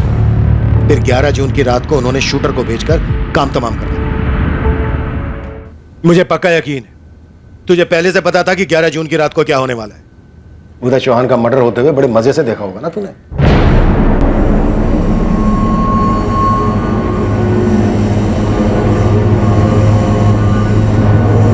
सब कुछ ऐसे ही हुआ था ना? यही प्लान किया ना? अगर ऐसा ही हुआ था और ऐसा ही प्लान किया था तो अब आगे भी बता दीजिए कि मेरा ऐसा करने के पीछे क्या वजह थी। ये मैं नहीं, तू बताएगा। किसके कहने पे मरवाया उदय चौहान को? गायत्री, जिसके पति केतन तिवारी की हत्या की थी उदय चौहान ने, या फिर सुशील तिवारी, केतन तिवारी का छोटा भाई? अब मैं सूर्य के बारे में या इसने किसका खून कब किया, क्यों किया, कुछ नहीं जानता। मेरा इससे कोई लेना देना नहीं। जिन में 1-2 बार बात हुई थी। और एक बात बता दूं, ये काम है रतन का, रतन शिवारे का। कौन है रतन शिवारे?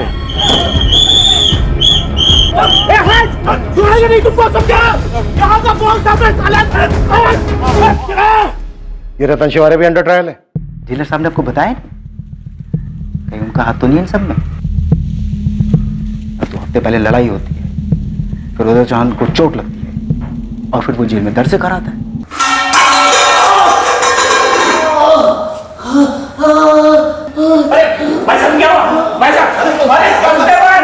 सब जानते हैं रतन ने जानबूझकर उदय चौहान से लड़ाई शुरू की थी, लेकिन फिर भी 2 दिन बाद वो बेल पर बाहर हो जाता है और लड़ाई के 4 दिन बाद उदय चौहान को बहुत तेज दर्द होता है और फिर उसे अस्पताल ले जाते हैं। वहां उसका खून हो जाता है। आखिर ये जेलर साहब बचा किसको रहे हैं? विक्रम, एक्चुअली तुम किस बात का इल्जाम लगा रहे हो मुझ पर? आपने मुझे रतन शिवारे उस लड़ाई के बारे में पहले क्यों नहीं बताया? अरे मुझे कैसे पता होगा कि उदय की मौत का कनेक्शन सीधा उस जेल के झगड़े से होगा? और वो झगड़ा तो महज एक टॉयलेट के लिए था कि पहले कौन जाएगा। और वो रतन, उसको तो सब पर रोब झाड़ने की आदत थी। आपको इसमें प्लानिंग नजर नहीं आ रही? उदय चौहान से झगड़ा किया जाता है, उसे घायल किया जाता है, उसके बाद उसे हॉस्पिटल भेजा जाता है जहां उसका मर्डर हो जाता है। पुलिस डिपार्टमेंट पर रोज सवाल उठाए जा रहे हैं कि अंदर का आदमी कोई मिला हुआ है। तो अब वो अंदर वाला आदमी मैं हो गया? वो किशन, मामूली सा क्रिमिनल, तुम उसकी बात मानकर मुझ पर उंगली उठा रहे हो। ओम, ये रतन शिवारे जहां कहीं भी है मुझे जल्द से जल्द हिरासत में चाहिए। इस हादसे से इसका लिंक कोई ना कोई जरूर है। उदय चौहान पर जेल में हमला हुआ था और हमसे क्या बताया गया कि उसे किडनी स्टोन की प्रॉब्लम है। ये जेल में हमले वाली बात हमसे छुपाएगी। एक काम करो, अपने दोनों कांस्टेबल सौरभ और सुनील दोनों को पूछताछ के लिए वापस बुलाओ। ओके सर, मैं इस रतन शिवारे के लिए अभी रेड अलर्ट जारी कर देता हूं। हम इसे कैसे भी खोज निकालेंगे। लेकिन सर, ये सुशील तिवारी, केतन का भाई, उदय की पत्नी पर ही उंगली उठा रहा है। जो कोई भी है इसके पीछे हमें उसे ढूंढ निकालना है। हमारा रास्ता इन्हीं क्रिमिनल्स के बीच से होकर इस प्लान के मास्टरमाइंड तक पहुंचेगा। ठीक है। और देखो थोड़ा जल्दी करो, हमको यहाँ से निकलना है। गर्मी दिन पर दिन बहुत बढ़ रही है। साला मैं एनकाउंटर में नहीं मरना चाहते, समझे ना? अच्छा ठीक है, हम रखते हैं अभी। क्या हुआ गुलाटी? हाँ क्या हुआ? देख, कल तक पैसे मिल जाएंगे, निकलते फिर यहाँ से। कल क्यों? आज क्यों नहीं? अरे बोलना उसको। देख, आज ही निकलते हैं। एक तो साला सारी पुलिस फोर्स इस केस पे लगी हुई है। देख, गर्मी बहुत बढ़ रही है, जरा सा उतावले हुए ना तो बुरे फंसेंगे। वैसे भी हम दोनों का नाम सामने आ गया है, दिमाग को थोड़ा ठंडा रख, समझा ना? मैं अब सबको सच बताना चाहती हूँ दीदी। तू पहले किसी के दबाव में थी क्या? तूने अगर तब हिम्मत दिखाई होती तो आज सब कुछ नहीं होता। दीदी दबाव में नहीं थी, लेकिन मैं टूट गई थी उस आदमी के लिए जो तेरी जिंदगी बर्बाद कर रहा था, जिसने कभी तेरी या पूजा की परवाह नहीं की। इतना सब कुछ होने के बाद तू अब सच बोलना चाहती है। देख, अभी भी वक्त है, सब खुद से जाके बोल देते हैं। इससे होगा क्या सौरभ? जिस दलदल में फंसे हैं ना, और धंसते जाएंगे। सुनील, मैं इन क्रिमिनल्स के चक्कर में अपना करियर बर्बाद नहीं कर सकता। अभी तो सिर्फ सस्पेंशन पे, आगे जाके डिपार्टमेंटल इंक्वायरी बैठेगी, और अगर तब सब कुछ पता चला ना तो हम कहीं के नहीं रहेंगे।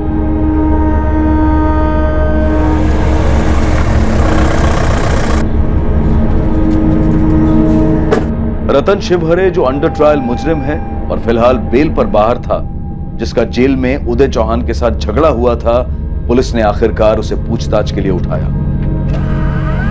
उदय चौहान की पत्नी प्रतिभा, उसकी बहन गायत्री और केतन के भाई सुशील तिवारी के फोन रिकॉर्ड्स निकलवाए गए ताकि यह पता लगाया जा सके कि उदय चौहान की हत्या की सुपारी देने में अगर इनमें से कोई शामिल था तो उसने इस क्राइम को कैसे अंजाम दिया था। कोई कम्युनिकेशन नहीं है? नहीं सर, कुछ भी नहीं मिला। प्रतिभा, गायत्री, सुशील, तीनों के फोन रिकॉर्ड्स में ऐसा कुछ भी नहीं मिला है जो उनकी किसी भी क्रिमिनल से हुई बातचीत की ओर इशारा करे। जेल के अंदर मिलने आते वक्त या फिर बाहर कहीं फेस टू फेस कुछ हुआ हो? मेरा मतलब शायद फोन का इस्तेमाल ही ना हो। सर, या तो फेस टू फेस हुआ है या उन्होंने किसी से करवाया है जिसने ये सारी सेटिंग की है।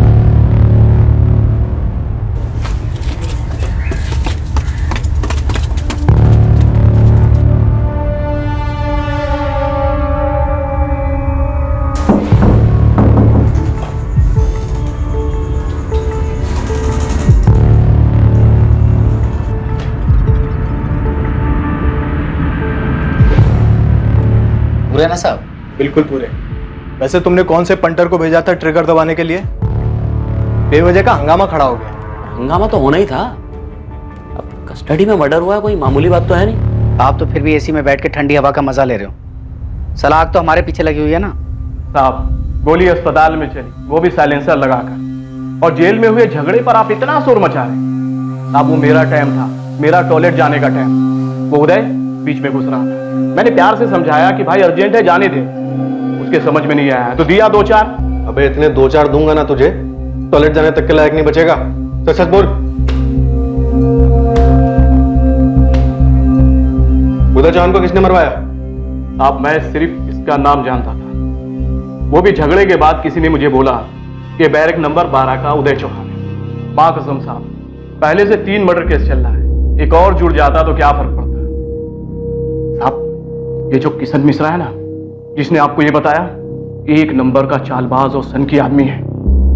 साहब, पक्का उसी का हाथ होगा सेटिंग में। और साहब, मैंने सेटिंग की होती तो क्या मैं आपको अपने घर पे मिलता, किसी बिल में छुप जाता। साहब, ये कांड किया तो गया है। उदय चौहान का मर्डर किया गया, वो भी जेल के अंदर से। तूने नहीं किया तो किसी ने तो करवाया। सबके सब कोई ना कोई नाम ले रहे। चल, तू भी अपना चांस ले, एक नाम बोल। किशन मिश्रा। किशन मिश्रा साहब। सर, इस रतन शिवहरे का हाथ तो नहीं लगा, और उस पर जो गुगली आई है वही गुगली रतन किशन मिश्रा पर फेंक रहा है। सर, इस केस में हमारे सामने एक के बाद दूसरा नाम आ रहा है। उदय चौहान की पत्नी प्रतिभा चौहान, वो सुशील का नाम ले रही है, लेकिन उसकी बहन गायत्री वो कुछ बोल ही नहीं रही है, जबकि उसके पति केतन का मर्डर उदय ने किया। और जब सुशील को इंटरोगेट कर रहे थे, वो सिर्फ प्रतिभा चौहान का ही नाम ले रहा था। और ये अखबार में रोज छप रहा है कि पुलिस कुछ कर ही नहीं रही है, हाथ पे हाथ धरे बैठी है। एक कैदी को सुरक्षा नहीं दे सकती तो आम जनता को क्या देगी? मिले हुए पुलिस के लोग भी। My foot. सर, क्या है? कांस्टेबल सौरभ पांडे और सुनील अवस्थी आए हैं, कह रहे हैं कि आपसे कुछ बात करनी है। सर, एक बात हमको बहुत टाइम से खटक रही थी। सर, उदय के मर्डर के बाद ही बोलने वाले थे, लेकिन समझ में नहीं आ रहा था कि कैसे बोलेंगे तो खुद फंसेंगे। सर, किशन मिश्रा, ये किशन मिश्रा इन्वॉल्व है सर। बोलेंगे तो खुद फंसेंगे। सर, किशन मिश्रा, ये किशन मिश्रा इन्वॉल्व है सर। क्यों? ऐसा क्यों बोल रहे हो? पहले तो कुछ नहीं बोला तुम लोगों ने। एक्चुअली 9 जून को किशन मिश्रा नाटक करने लगा था कि उसके बेड के पास बदबू आ रही है और वहां नहीं रह सकता। किशन के बेड के पास से बदबू आ रही है? हाँ सर, असल में किशन मिश्रा पहले बेड नंबर 6 पे था। मुझे तो कोई बदबू नहीं आ रही है। अब मुझे 2 दिन से आ रही है। साहब, करवा दो ना बेड चेंज साहब। साहब, मैं सुसाइड कर लूंगा, बता रहा हूँ। कर ले सुसाइड, जल्दी कर, मुझे भी घर जाना है। पता नहीं पुलिस की नौकरी कर रहा हूँ या तेरी। कर ले सुसाइड। अरे साहब, सुनो ना साहब। साहब, क्या मुश्किल है साहब? साहब, करवा दो ना बेड चेंज। आपके कौन से घर का है? सरकारी बेड है। अब यहाँ बोला बदबू आ रही है ना, तो तेरे को संडास में डाल दूंगा, समझा? अरे नहीं साहब, यहाँ एकदम मस्त है, कोई बदबू नहीं है साहब। Thank you so much.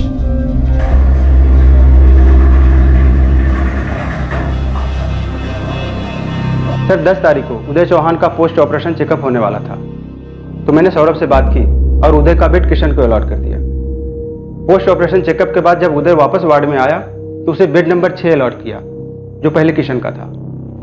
Sir जब फायरिंग हुई तो हम लोग हिल गए थे, लेकिन बाद में ध्यान में आया कि ये सब किया धरा तो किशन का है। उसने जानबूझ के सारा हंगामा किया था बेड बदलने के लिए, क्योंकि सर 6 नंबर का बेड दरवाजे के बिल्कुल पास था। कर ले सुसाइड? अरे साहब क्या मुश्किल है साहब, जहां से अंदर आना और बाहर भागना बिल्कुल आसान था सर। और हाँ सर, ये कौशिक और शबीर, इन दोनों ने ये सारी प्लॉटिंग की होगी सर।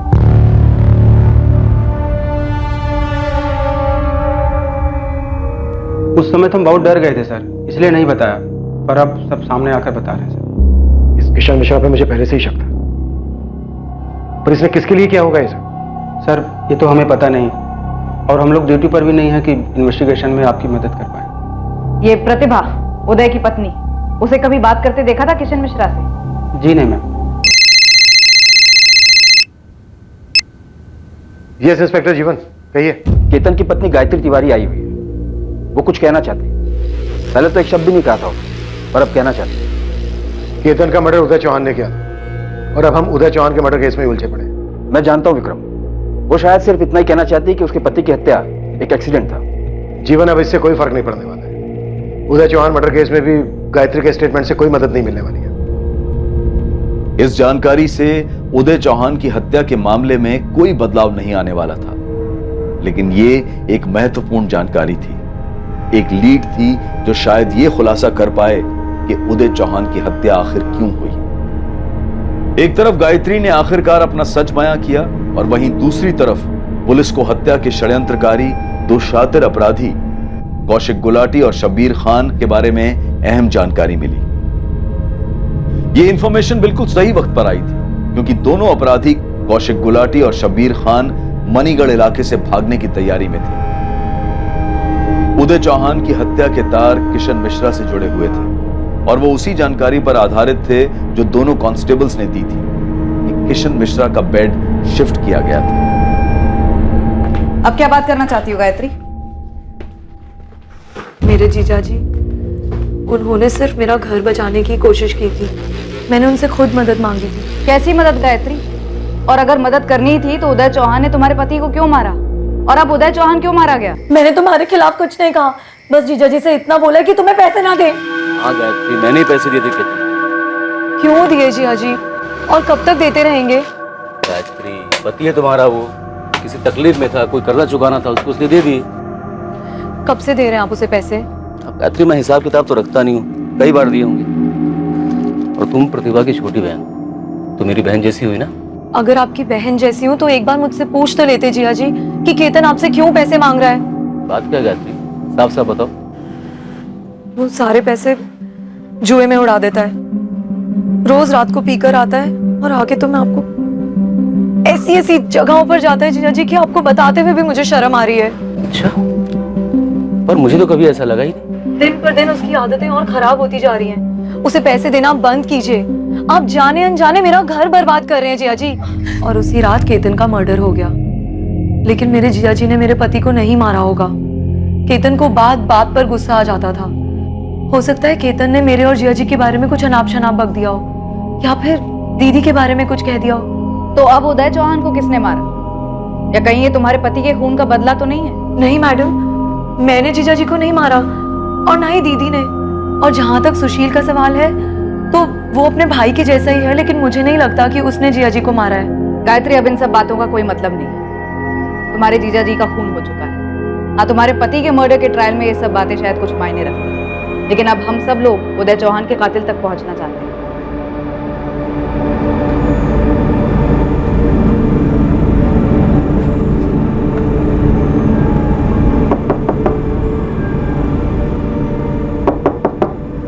साहब दरवाजा खोलिए, रूम की सफाई करनी है। एक मिनट। क्या हुआ?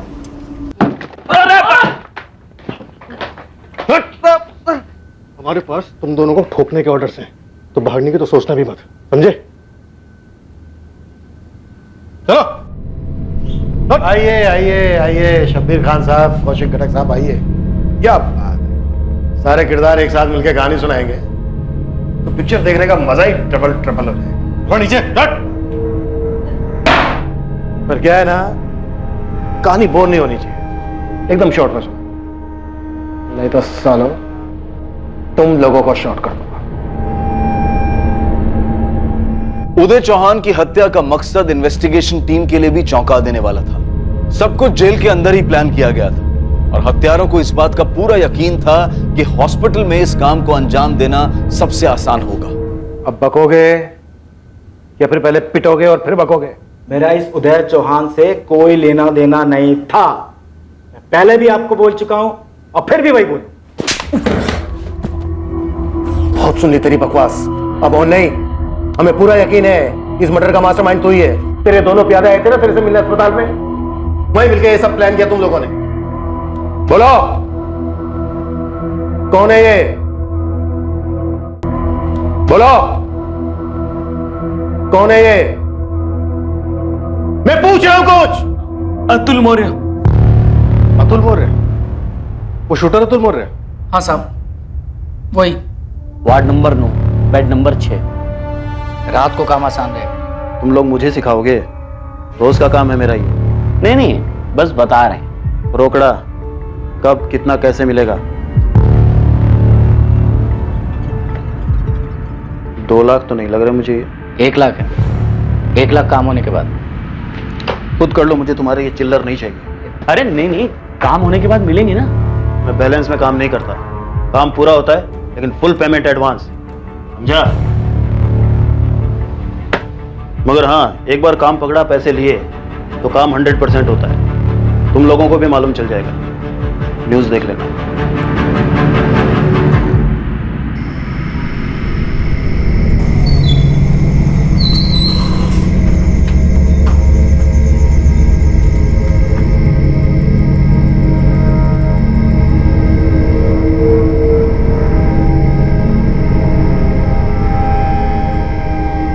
वो डॉक्टर बन के गया और ऐसे मारा, हम लोगों को भी बाद में पता चला साहब। डिटेल्स के लिए तेरी खुदाई बाद में करेंगे, पहले ये बता उदय चौहान को क्यों मारा?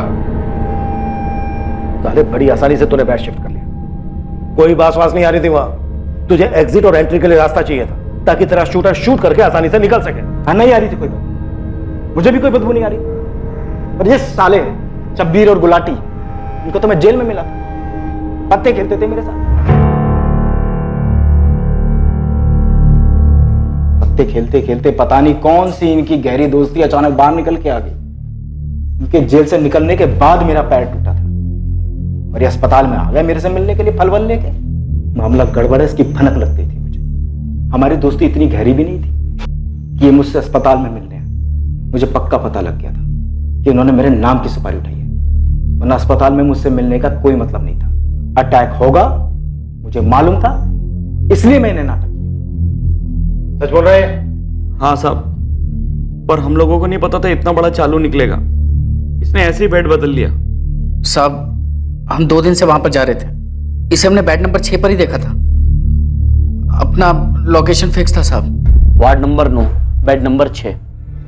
रात को काम आसान रहेगा। और हमें क्या पता था साहब, वहां पे ऐसे कोई उदय चौहान आ जाएगा। तो ये सारा प्लान इसके लिए था? मारना था किशन मिश्रा को और मर गया उदय चौहान? और नहीं तो क्या साहब, सच में उदय चौहान से हमारा कोई लेना देना ही नहीं था। आप तो फिर भी एसी में बैठ के ठंडी हवा का मजा ले रहे हो। साला आग तो हमारे पीछे लगी हुई है ना। बेवजह की आग है क्या? साला तुम्हारा पंटर किसी और को मार आया। अब माथुर साहब गलती किससे नहीं होती? किशन मिश्रा का क्या? मरना उसको था ना, मर गया कोई और बेचारा। अब देखो साहब, मर्डर तो हुआ है ना, अब थोड़े दिन आप शांति से बैठो, केस को थोड़ा ठंडा होने दो, फिर देखते हैं साले किशन को कहां तक भाग के जाएगा वो। कौन है ये माथुर साहब? देखो चुप रहने से तुम लोगों की सजा तो कम नहीं होगी, मर्डर के चार्जेस तो फिर भी लगेंगे तुम पे। कुंदन माथुर साहब, चंदन माथुर का बड़ा भाई। हाँ साहब, उसे अपने छोटे भाई चंदन माथुर के मर्डर का बदला जो लेना था। और चंदन माथुर का मर्डर तूने किया था? अरे साहब, बियर बार में फालतू का झमेला था, जरा सी ठोकर लग गई, बोतल फूट गई, मेरा सर घूम गया, फायर कर दिया मैंने उस पर। और तू उसी के मर्डर के चार्ज में अंदर है? हाँ साहब, मुझे मालूम था कुंदन माथुर जरूर बदला लेगा, इतनी आसानी से वो छोड़ेगा नहीं मुझे। लेकिन इन दोनों को अस्पताल में देखकर मैं समझ गया था कि कुछ गड़बड़ है।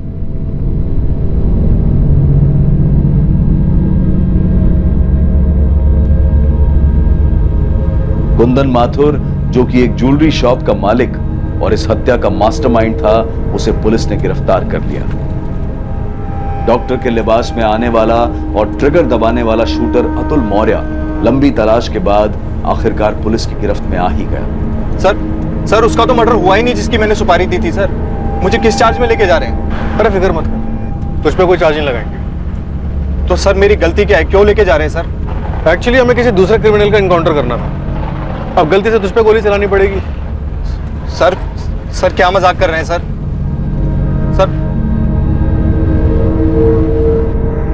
सभी अपराधियों पर कत्ल के लिए धारा 302 और क्रिमिनल कॉन्स्पिरेसी के लिए धारा 120 भी लगाई गई है।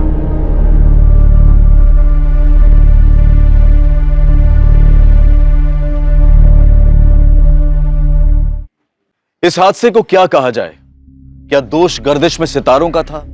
एक व्यक्ति उदय चौहान, जिसकी दुनिया उसके परिवार के इर्द गिर्द ही घूमती थी।